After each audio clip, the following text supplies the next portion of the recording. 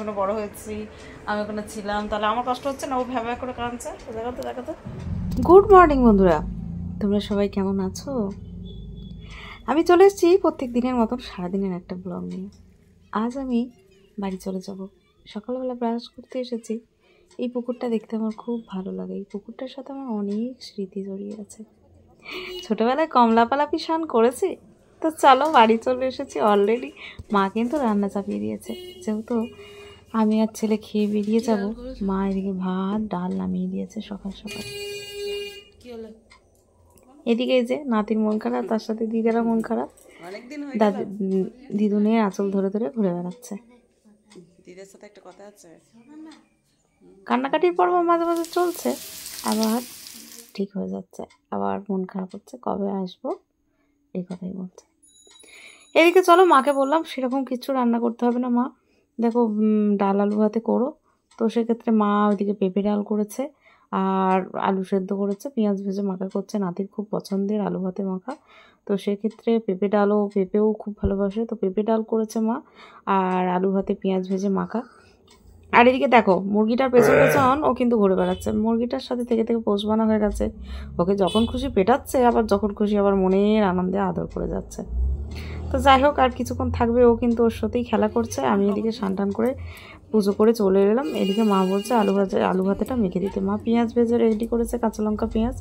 আমি আলুটা কিন্তু মেখে নিচ্ছি। দেখতে দেখতে সকালবেলা উঠে টুকটাক যেগুলো সব গোছানো বাগানো ছিল সেগুলো গুছিয়ে নিয়েছি, ফোনগুলো একটু চার্জ দিয়ে নিয়েছি, যেহেতু বেরিয়ে যেতে হবে। আর সকালবেলাটা খুব ঠান্ডা, সকালবেলাটা আজকে গেলাম না, ওই জন্য ওই 11টা সাড়ে 11টার দিকে একটা ট্রেন আছে, সেই ট্রেনটাতে যাব। তো বাড়ি থেকে মোটামুটি 10:30 পৌনে 11টার মধ্যে বেরিয়ে যেতে হবে। মা বললো তুই তো সকাল থেকে কিচ্ছু খাসনি, ছেলে তো হরলিক্স খেয়েছে, তাহলে তুই তাহলে একটু ভাত খেয়ে নে আর একটু রেস্ট নে।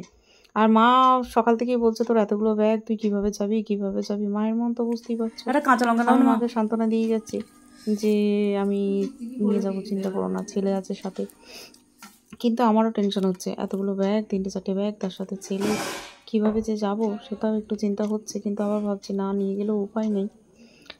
তো তাও রেডি হয়ে ভাত খেতে বসে পড়েছি, একটু রেস্ট নেব। তারপর ওইদিকে মা বললো তাহলে সবই যখন হয়ে গেছে তাহলে রুটিটা তো বাবার জন্য করে নিই। আমি বললাম হ্যাঁ রুটিটা করে নাও। ওদিকে দেখো আমার বেটুরাম এখনো পর্যন্ত সেই মুরগিটার পেছনে দেখো বসে বসে পিঠেতে হাত বোলাচ্ছে, আদর করে যাচ্ছে। আসলে ওরও মনটা খারাপ হচ্ছে, মুরগিটার সাথে রয়েছে। 3টে মুরগি ছিল, 2টো তো আমরা মেরে খাওয়া হয়েছে, একটি কিন্তু পোষার মনের মতন রয়েছে। এই কদিনই ওর সাথে থাকতে থাকতে ওর একটা কেমন মায়া জন্মে গেছে। তো যাই হোক, অলরেডি কিন্তু মা আলু ভাতে আর বেটুরামের জন্য ডিম ভেজে দিয়েছে। আমি আর ডিম ভাজা খাইনি, আমার ভালো লাগেনি। আমি ওই জন্য কী করলাম, ডাল আর আলু ভাতে দিয়ে খেয়ে নিয়েছি। গরম গরম খেতে বেশ ভালো লাগছিলো। আর নাতির জন্য ডিম ভাজা হবে না সেটা হয় কখনো? মা বলল না, তো ডিম ভেজে দিয়েছে, আলু ভাতে ডাল এইটুকুই আজকে হয়েছে। আর মায়েদেরও আজকে বেশি কিছু করেনি, মা বললো টুকটাক কাজগুলো বাগানো আছে। তো সেক্ষেত্রে চলো, খাওয়া দাওয়া তো আমার হয়ে গেছে। ওদিকে চলে যাবে বলে দেখতে পাচ্ছ দিদারও মন খারাপ, নাতিরও মন খারাপ। আর ওইদিকে ওই যে নাতিকে খাওয়াতে বসেছে তার দিদা, গল্প করে করে খাওয়াচ্ছে। মনটা খুবই খারাপ, মাঝে মাঝে যেন চোখগুলো ছলছল করছে, এরকম ব্যাপার। তো তাও দিদা কিন্তু ফোলাচ্ছে বারবার, আবার তো আসবি। এদিকে দেখো আমার বেটুরাম প্যান্ট জামা পরে রেডি, মুখটা দেখেই বুঝতে পারছো কীরকম কান্না কান্না ভাব। দেখো কতগুলো ব্যাগও হয়ে গেছে আমার। তো মন খারাপ, বসে আছে, মনটা খারাপ, ঘর যেতে হচ্ছে, মন ভালো নেই।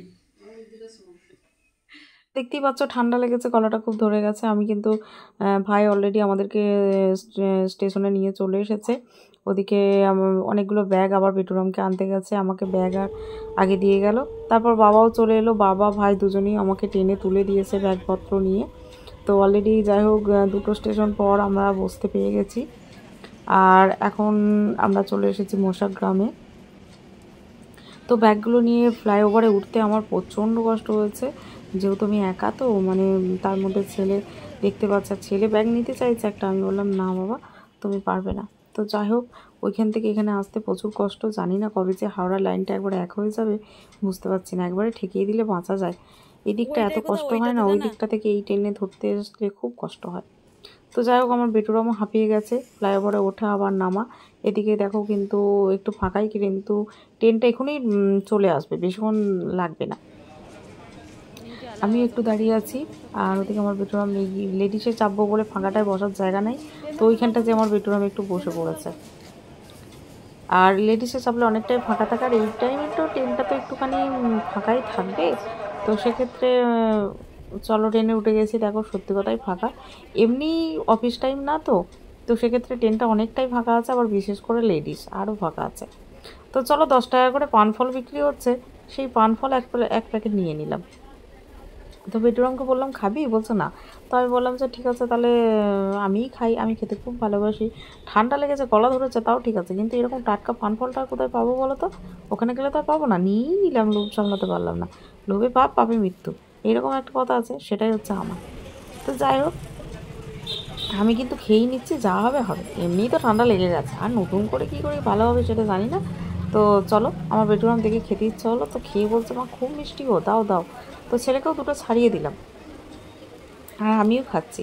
বেশ ভালোই লাগছে সত্যি, এত মিষ্টি না, টাটকা তো, খুবই মনে হচ্ছে এই যেন তুলে নিয়ে এলো, দেখেই বোঝা যাচ্ছে যে খুবই টাটকা।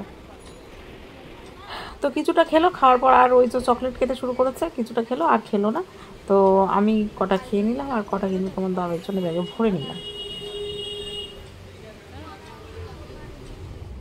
তো চলো, মোটামুটি এখন আমার বেটুরাম একটু একটু ঠিক আছে মনটা, আবার জানি না বাড়িতে যেও আবার কান্নাকাটি করবে, এটা প্রত্যেক বাড়িরই ওর কাজ। যাই হোক, একটা দিন কেটে গেলে আবার ঠিক হয়তো, বলতে বলতে বাড়ি চলে এসেছি, অলরেডি মুখটা ভার, কান্না করতে শুরু করবে এবার। আমি বুঝতেই পারছি, তাও একটু আদর করে বোঝালাম, তাই না? ওদিকে ঘড়িটা কথা বলছে 2:15 করে হয়ে গেল ঘর ঢুকতে, নিয়ে পুচু পুচু পুচু পুচু পুচু করে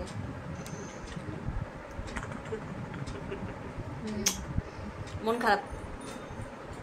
দিদুনকে একটা ফোন করে দিতে হবে তো, চল। কাঁদছে, কাঁদে আমার আমার আমার কান্না লাগে না? আমারও তো কষ্ট হয়, আমি আমার মাকে বাবাকে ভাইকে ছেড়ে এলাম। ওহো, তুই তো তবু তোর মায়ের কাছে আছিস, তাই না গো? বলো তো তোমরা সবাই। আমার বেটুরাম এরকম করে কাঁদছে, ওর কষ্ট হচ্ছে, ও কেঁদে বোঝাচ্ছে, কিন্তু আমার তো, আমি তো আর কেঁদে বোঝাতে পারছি না, আমার তো কষ্ট হচ্ছে। আমারও তো মা বাবা ভাই, আমি ওখানে বড় হয়েছি, আমি ওখানে ছিলাম, তাহলে আমার কষ্ট হচ্ছে না? ও ভ্যাবা করে কাঁদছে, দেখাতে দেখাতে দেখাতে তোমরা সবাই, কাঁদে ভ্যাবা করে, হাসছে আবার, কান্না মুখে হাসি, পাত খাওয়া দাসি।